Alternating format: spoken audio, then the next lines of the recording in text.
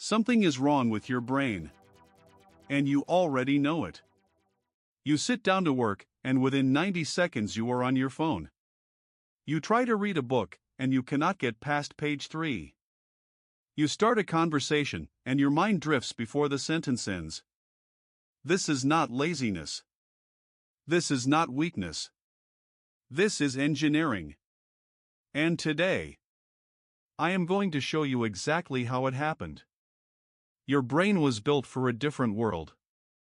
A world where focus meant survival. Where patience meant food on the table. Where sitting still and thinking deeply was the most powerful thing a human could do. That brain still lives inside you. But it is fighting against something it was never designed to face. In 2004, the average human attention span was 12 seconds. Today, it is 8 seconds. A goldfish holds its focus for 9. Let that land for a moment. We are now less focused than goldfish. But this did not happen by accident. Somewhere in Silicon Valley, in glass buildings with free food and ping-pong tables, sat some of the most intelligent engineers on the planet. Their job was not to build useful tools. Their job was to make you unable to stop. They studied slot machines. They studied gambling addiction. They studied the exact psychological triggers that make humans compulsively repeat behaviors. And then, they built those triggers into your phone. Here is what they discovered. Dopamine, the chemical your brain releases when something good happens, is not actually triggered by reward. It is triggered by the possibility of reward. The uncertainty. The not knowing. This is why slot machines are so addictive. You do not win every time. You win sometimes. Randomly. Unpredictably. And that randomness is the addiction. Now look at your Instagram feed. Sometimes a post gets 10 likes. Sometimes it gets 1,000. Sometimes you scroll for 30 seconds and find nothing interesting. Sometimes you find something that changes your mood entirely. Random. Unpredictable. Addictive. This was not a coincidence. The infinite scroll was invented by a man named Asa Raskin. He later said it is as if they took behavioral cocaine and sprinkled it on the interface. He invented it. And he regrets it. Every pull of the scroll is a pull of the slot machine lever. Every notification is a tiny injection of dopamine. Every like, every comment, every new video. A micro hit of the most powerful reward system your brain has ever encountered. And here is where it gets terrifying. The more dopamine hits you receive, the less sensitive your brain becomes to them. So you need more. Faster. Louder. More extreme. This is called tolerance. The same mechanism behind drug addiction. The same mechanism behind gambling addiction. Now built into a device you carry everywhere. That you check over 2,600 times every single day. Your brain is not broken. Your brain is responding exactly as it was designed to respond. The problem is, it was designed for a world that no longer exists. And the world that does exist was specifically engineered to exploit it. Think about what this does to real life. A conversation with a friend cannot compete with the dopamine delivery speed of a social media feed. A book cannot deliver novelty fast enough. A long-term goal, building a business, learning a skill, creating something meaningful, requires weeks and months of delayed gratification. But your brain has been recalibrated to expect reward every 8 seconds.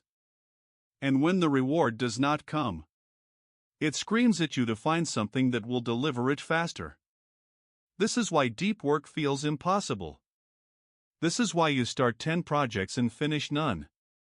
This is why the most talented people you know are also the most distracted. It is not a character flaw. It is a neurological response to an environment designed by billion-dollar companies whose entire business model depends on you never being able to look away. And men are hit the hardest. Not because men are weaker, but because men were never given the language to understand what was happening to them. A generation of men who should be building are scrolling. A generation who should be creating are consuming. A generation with more access to information than any humans in history, who cannot focus long enough to use it. The male loneliness crisis, the purpose crisis, the motivation crisis. They all have the same root. The attention economy found the deepest human needs: connection, validation, stimulation, belonging, and monetized them. And in doing so, it left millions of men feeling empty without knowing why, restless without knowing the cause, searching for something they cannot name. So what do? First, understand that this is a fight. Not against yourself. Against a system. A system worth trillions of dollars. Built by the smartest engineers alive. Optimized every single day using your own behavioral data. Willpower alone will not beat it. But awareness is the beginning. When you feel the pull to pick up your phone, recognize it for what it is. Not boredom. Not curiosity. A craving. Engineered by people who profit from your distraction. Second, protect your attention like money. Because it is worth more. Every hour of deep focused work compounds over time. Every skill built through patient practice becomes an asset. Every book finished, every project completed, every difficult conversation had, builds the version of you that cannot be touched. The unfocused man is predictable. Easy to manipulate. Easy to sell to. The focused man is dangerous. In the best possible way. Third, make your environment work for you. Your phone is not the problem. Your phone within reach is the problem. Distance creates resistance. Resistance creates space. Space creates the possibility of thought. Put the phone in another room. Delete the apps that deliver the fastest dopamine. Replace them with things that build slowly and pay back massively. This is not about becoming a monk. This is about deciding that your attention belongs to you, and not to a platform, not to an algorithm, not to a notification. To you. The scariest thing I can tell you is this. The people who own these platforms do not let their own children use them. The engineers who built the infinite scroll set time limits on their own phone usage. The executives who run the attention economy send their kids to screen-free schools. They built the machine, and they refuse to let it touch their families. That tells you everything you need to know. Your focus is not gone. It is buried under years of engineered distraction. And reclaiming it is the most rebellious thing you can do in the modern world? The question is not whether you can focus. The question is whether you will decide that you are worth focusing on.